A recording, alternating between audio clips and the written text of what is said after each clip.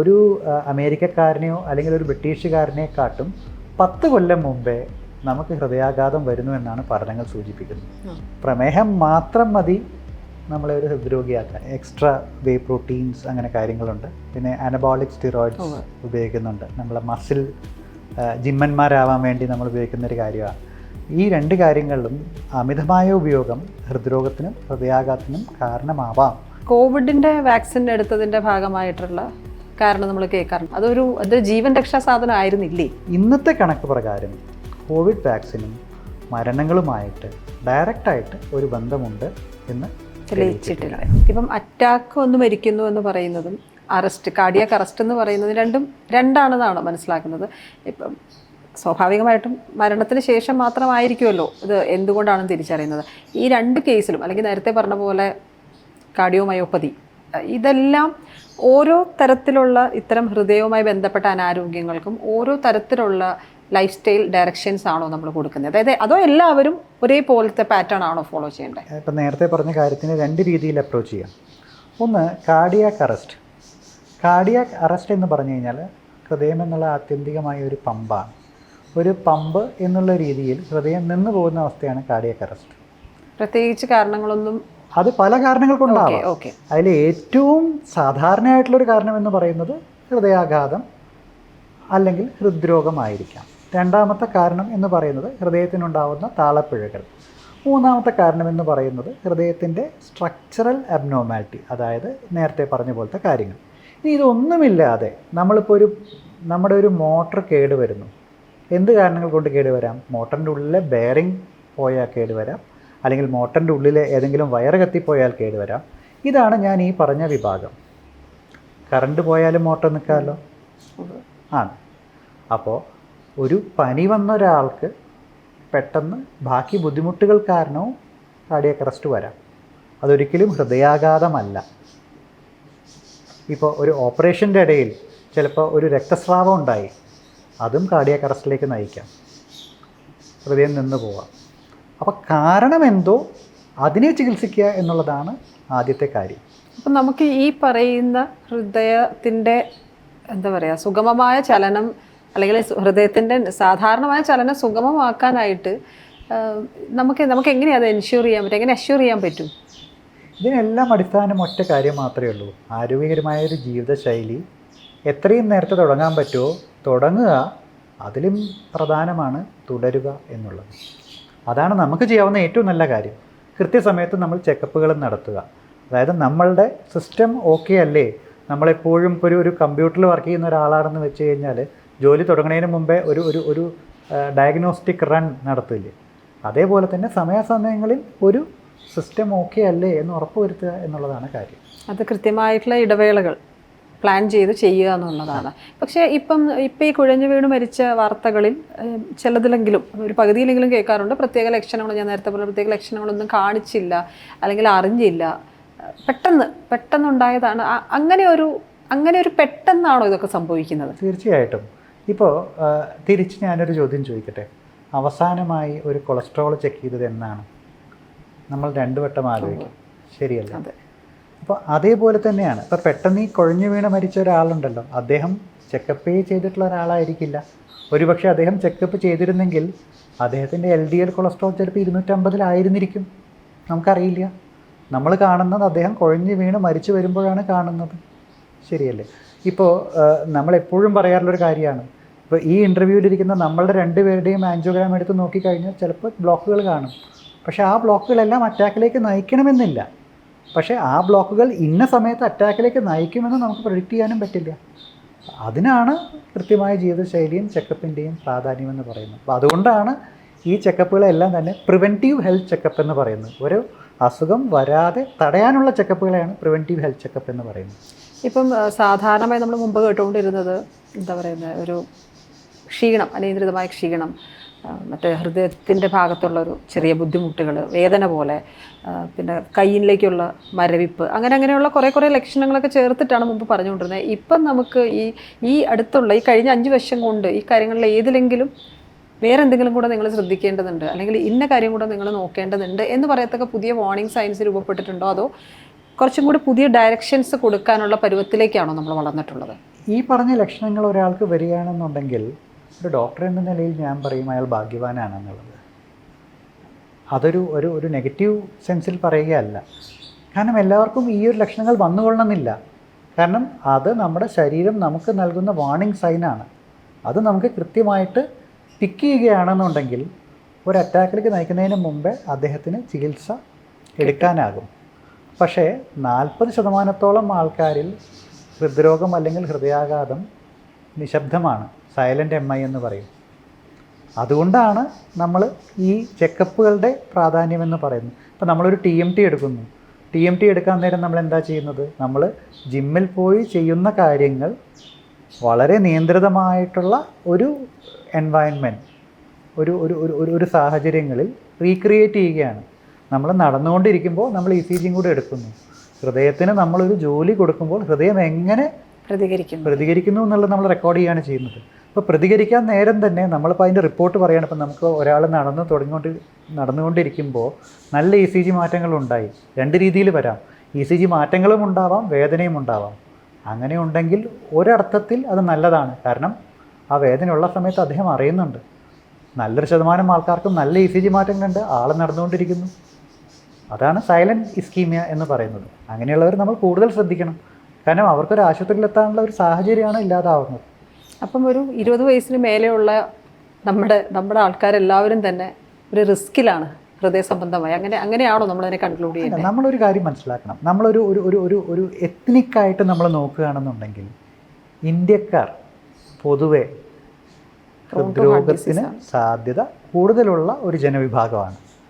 ഒരു ഒരു ഒരു ഒരു അമേരിക്കക്കാരനെയോ അല്ലെങ്കിൽ ഒരു ബ്രിട്ടീഷുകാരനെക്കാട്ടും 10 കൊല്ലം മുമ്പേ നമുക്ക് ഹൃദയാഘാതം വരുന്നു എന്നാണ് പഠനങ്ങൾ സൂചിപ്പിക്കുന്നത്.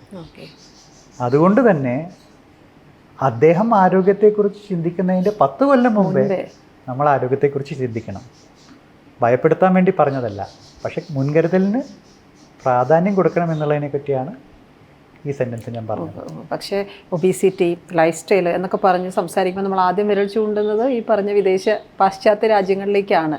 പക്ഷേ അവിടങ്ങളിലുള്ള ചാൻസ് കുറവാണെന്ന് പറയുമ്പോൾ 10 ഇയേഴ്സിൻ്റെ ഒരു ഗ്യാപ്പ് ഉണ്ടെന്ന് പറയുമ്പോൾ അവിടെ ഒരു കാര്യം നമ്മൾ വിട്ടുപോകുന്നുണ്ട്. ഒബിസിറ്റിയിൽ നമ്മളും നല്ല മത്സരം കാഴ്ചവെക്കുന്നുണ്ട് ഇപ്പോൾ. ഓക്കെ, പക്ഷേ ഇവരെല്ലാം ഈ ഒബിസിറ്റി, ലൈഫ് സ്റ്റൈല് ഇവയെല്ലാം ഒറ്റയടിക്ക് തോൽപ്പിക്കാനുള്ള ഒരേ ഒരു കാര്യം നമ്മുടെ കൂടെയുണ്ട്: പ്രമേഹം. ലോകത്തിൻ്റെ പ്രമേഹ തലസ്ഥാനമാണ് ഇന്ത്യ. അത് മാത്രം മതി, ഇതൊന്നും വേണ്ട. പ്രമേഹം മാത്രം മതി നമ്മളെ ഒരു ഹൃദ്രോഗിയാക്കാൻ. ഓൾറെഡി ഒരു ഹിസ്റ്ററി ഉള്ള ആൾ, ഫാമിലി ഹിസ്റ്ററി ഉള്ള ആൾ, ബ്ലോക്കുകൾ സംശയിക്കുന്ന ആൾ, പ്രമേഹവും ഫാമിലി ഹിസ്റ്ററിയിലുണ്ടെങ്കിൽ തികഞ്ഞ ഒരു ടാർഗറ്റാണ് അല്ലേ? തലയ്ക്ക് മുകളിലൊരു ഡെമോക്രസിൻ്റെ വാളാണ് പ്രമേഹം. അപ്പോൾ പ്രമേഹത്തിനെ നമ്മൾ കറക്റ്റായി നിയന്ത്രിച്ചില്ലെങ്കിൽ നമ്മുടെ തലയ്ക്ക് മുകളിലൊരു വാളും നമ്മൾ തലയിങ്ങനെ ആട്ടുന്ന പോലെയാണ്. മുറിയാനുള്ള സാധ്യതകൾ 100%. ആ ഒരു സീരിയസ്നെസ് ആക്ച്വലി നമ്മുടെ ആൾക്കാർക്ക് ഉണ്ട് ഇപ്പോൾ. സംശയമാണ്. കാരണം കഴിഞ്ഞ ദിവസവും കൂടെ ഒരു ആൻജിയോപ്ലാസ്റ്റി കഴിഞ്ഞ് അതികഠിനമായിട്ടുള്ള 2 ബ്ലോക്കുകൾ മാറ്റിയ ഒരമ്മ വീണ്ടും കൊണ്ടുവന്നിരുന്നു. എന്തിനാ കൊണ്ടുവന്നതെന്ന് വെച്ച് കഴിഞ്ഞാൽ വീണ്ടും ഒരു നെഞ്ചുവേദനയായിട്ടാണ് വന്നത്. ഷുഗർ 525 മരുന്നുകളെല്ലാം കൃത്യമാണ്. കാരണം ആശുപത്രിയിൽ കിടന്നപ്പോൾ കൃത്യമായി ഷുഗറെല്ലാം കൺട്രോളായി പോയ ഒരാളായിരുന്നു.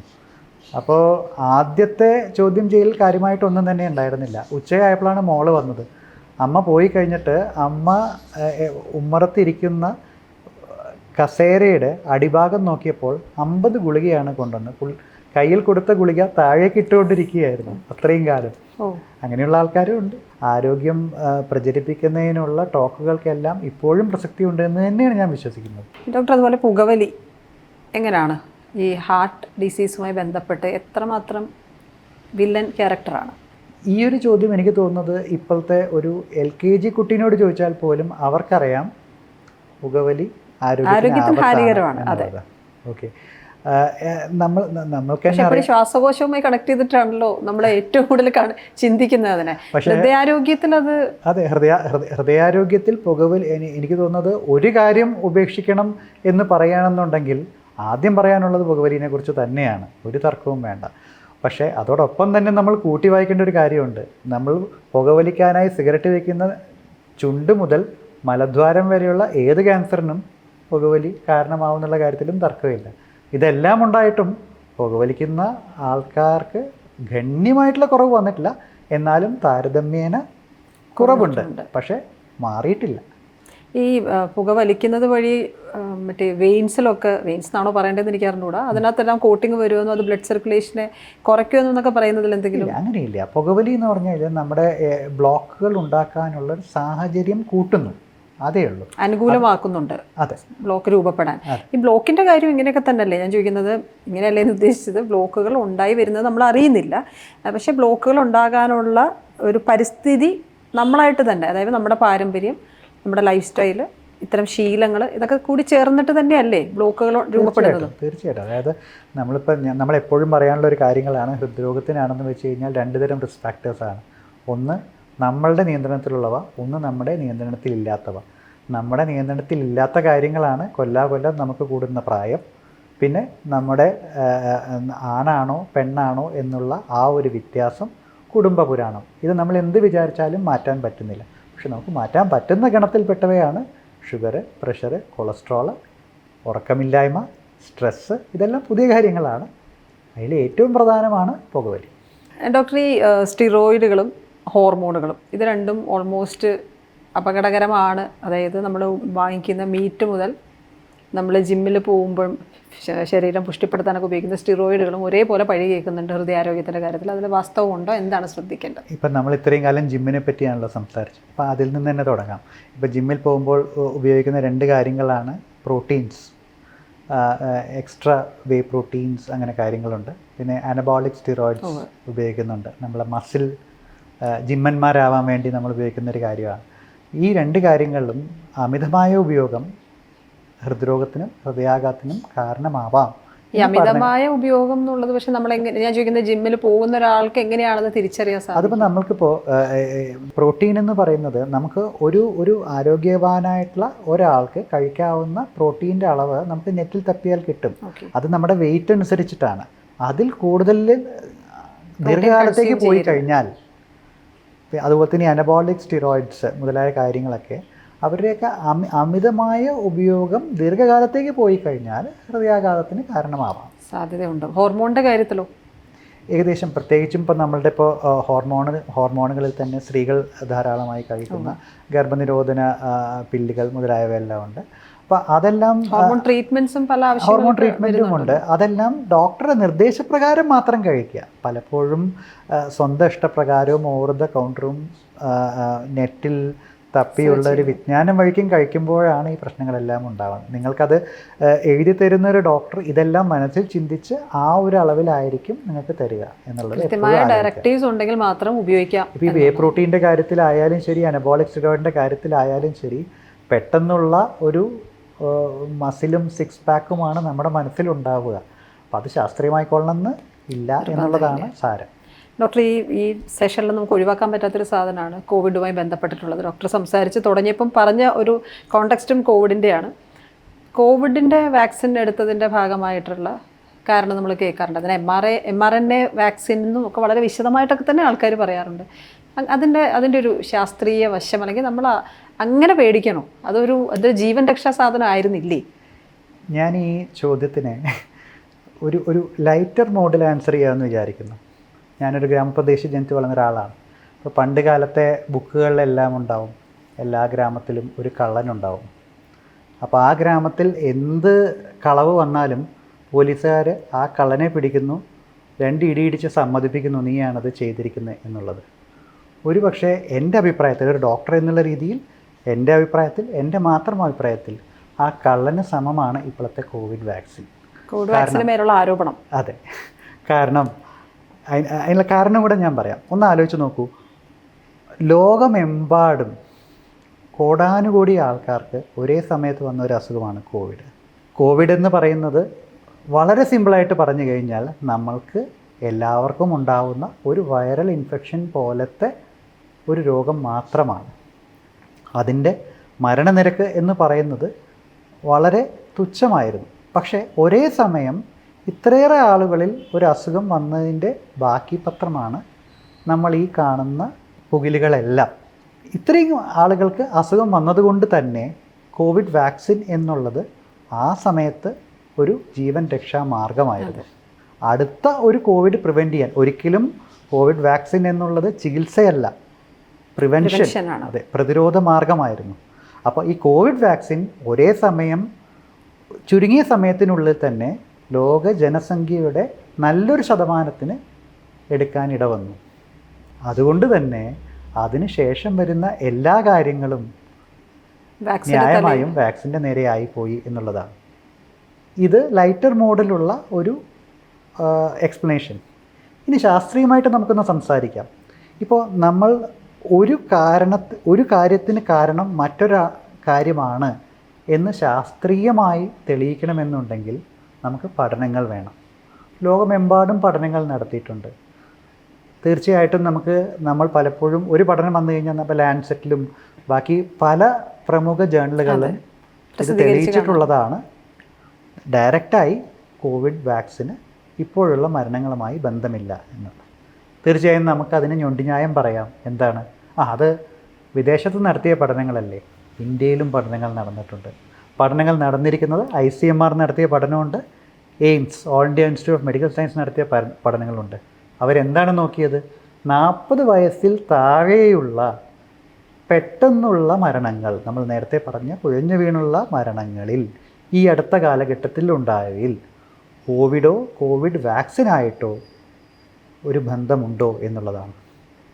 ആ പഠനങ്ങളൊന്നും തന്നെയും കൃത്യമായ ഒരു റിലേഷൻ കണ്ടുപിടിക്കാൻ സാധിച്ചിട്ടില്ല. നമ്മൾ ശാസ്ത്രത്തിൽ വിശ്വസിക്കുന്ന, ശാസ്ത്രം ശരിയാണ് എന്ന് വിശ്വസിക്കുന്ന ഒരാൾക്കാരാണെങ്കിൽ ഇന്നത്തെ കണക്ക് പ്രകാരം കോവിഡ് വാക്സിനും മരണങ്ങളുമായിട്ട് ഡയറക്റ്റായിട്ട് ഒരു ബന്ധമുണ്ട് എന്ന് തെളിയിച്ചിട്ടില്ല. അസംബന്ധമായ വാർത്ത തന്നെയായിട്ടാണ് നിലവിൽ അത് നിൽക്കുന്നത്. തീർച്ചയായിട്ടും. അപ്പം അതിപ്പോൾ നമുക്ക് വേണമെങ്കിൽ കോഴിയാണോ മുട്ടയാണോ ഉണ്ടായത് എന്നുള്ള രീതിയിൽ കാലങ്ങളോളം തർക്കിക്കാം. ഇപ്പോൾ വാക്സിൻ കാരണമാണ് എന്ന് പറഞ്ഞാൽ തിരിച്ച് എനിക്കൊരു മറുചോദ്യമുണ്ട്. ഈ വാക്സിൻ എടുത്തതിൽ ഒരു 80% ആൾക്കാർക്ക് ഓൾറെഡി കോവിഡ് വന്നതാണ്. കോവിഡിൻ്റെ പ്രത്യാഘാതങ്ങളെക്കുറിച്ചും നമ്മൾ പറഞ്ഞിട്ടുണ്ട്. എന്തുകൊണ്ട് അതായിക്കൂടാ എന്ന് പറഞ്ഞൂടെ?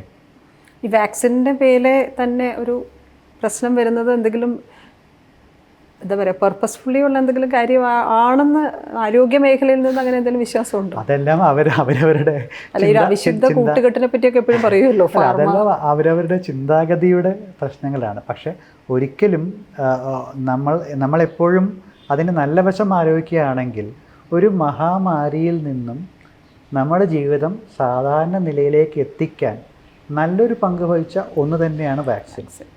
ഇതുവരെയുള്ള എല്ലാ വാക്സിനുകളും ആരോഗ്യത്തിൻ്റെ ചരിത്രം നോക്കുകയാണെങ്കിൽ നാഴികക്കല്ലായ കാര്യങ്ങൾ തന്നെയാണ്. അപ്പോൾ കേവലം പറഞ്ഞ കേട്ട അറിവ് വെച്ചിട്ട് ഒരിക്കലും ഇപ്പോൾ ഉള്ള കോവിഡ് വാക്സിനോ ഇനി വരാൻ പോകുന്ന ഏതെങ്കിലും ശാസ്ത്രീയമായ പഠനത്തിൻ്റെ ഉൾക്കരുത്തോടു കൂടിയുള്ള ഒരു വാക്സിനോ ഒഴിവാക്കാൻ ഇടവരരുത് എന്നുള്ളതാണ് ഈ കാര്യത്തിൽ എൻ്റെ അഭിപ്രായം. എനിക്ക് തോന്നുന്നു ഈ വിഷയത്തിൽ ഹൃദയാരോഗ്യം എന്നൊക്കെ പറയുമ്പോൾ പറഞ്ഞാൽ തീരാത്ത ശങ്കകളും സംശയങ്ങളൊക്കെ നിലനിന്ന് പോകും എന്ന് തന്നെയാണ് എനിക്ക് തോന്നുന്നത്. എന്നാലും അത്യാവശ്യം കാര്യങ്ങൾ നമ്മളിന്ന് സംസാരിച്ചെന്ന് കരുതുന്നു. വാക്സിൻ എന്ന് പറയുന്ന വിഷയത്തിലൊരു വലിയ കൺസേൺ ഉണ്ടായിരുന്നു. ഇപ്പം ഡോക്ടറോട് സംസാരിക്കുന്നിടം വരെ ഞാനും അതിലെന്തെങ്കിലുമൊക്കെ കാര്യം കാണുമോ, നമ്മളെല്ലാവരും വാക്സിൻ എടുത്താണല്ലോ, അങ്ങനെ ശങ്കിച്ച് തന്നെയാണ് വന്നിരുന്നത്. എന്നാലും എനിക്കൊന്ന് അത്യാവശ്യം കാര്യങ്ങളൊക്കെ തന്നെ ഈ ഒരു കാര്യത്തിൽ തന്നെ നമ്മൾ ഈ ചർച്ചകളുമെല്ലാം മാറ്റി ഒരു സാധാരണക്കാരൻ്റെ മനസ്സിലൂടെ ചിന്തിക്കുകയാണെന്നുണ്ടെങ്കിൽ ഒന്ന് ഓർത്തു നോക്കൂ. കോവിഡ് വാക്സിൻ ഹൃദയാഘാതത്തിലേക്കോ ഹൃദ്രോഗത്തിലേക്കോ നയിക്കും എന്നാണ് നമ്മൾ ഉറച്ച് വിശ്വസിക്കുന്ന എന്നുണ്ടെങ്കിൽ ഈ ഇരിക്കുന്ന ഞാനും താങ്കളും ഈ റൂമിലുള്ള എല്ലാവരും കോവിഡ് വാക്സിൻ എടുത്തതാണ്. ലോകമെമ്പാടും എത്രയോ പേര് കോവിഡ് വാക്സിൻ എടുത്തിട്ടുണ്ട്. അത്ര തക്കവണ്ണം ഹൃദയാഘാതത്തിൻ്റെ തോത് കൂടിയിരിക്കണം. ഒരിക്കലും അല്ല. അപ്പം ശാസ്ത്രത്തിൽ തന്നെ വിശ്വസിക്കാം. നമ്മുടെ ലൈഫ് സ്റ്റൈൽ മെച്ചപ്പെടുത്തുക, നമ്മുടെ ജീവിത രീതികളും കാര്യങ്ങളൊക്കെ കൂടുതൽ മെച്ചപ്പെടുത്തുക, ഹൃദയവും ശരീരം മൊത്തവും മെച്ചപ്പെട്ട രീതിയിൽ തന്നെ മുന്നോട്ട് പോകുന്നതിന് പ്രതീക്ഷിക്കാം. എനിക്ക് തോന്നുന്നു വളരെ കൺസ്ട്രക്റ്റീവ് ആയിട്ടുള്ള ഒരു ഡിസ്കഷനാണ് നമുക്കൊന്നുണ്ടായത്. ഈ ഹൃദയ ആരോഗ്യം എന്നും മനുഷ്യനുള്ളിടത്തോളം കാലം ഒരു വലിയ കൺസേൺ ആണ്. അതോടൊപ്പം തന്നെ ഈ വാക്സിനുമായി ബന്ധപ്പെട്ടുള്ള കുറേ സംശയങ്ങൾ നമുക്കിന്ന് ദൂരീകരിച്ച് പോകാൻ പറ്റിയിട്ടുണ്ടെന്നാണ് പ്രതീക്ഷിക്കുന്നത്. ഇനിയും ഈ വിഷയവുമായി ബന്ധപ്പെട്ട കൂടുതൽ സംശയങ്ങളും കൺഫ്യൂഷൻസും വരുമ്പം വീണ്ടും ഒന്നുകൂടെ ചേരാമെന്നാണ് കരുതുന്നത്. Thank you so much doctor.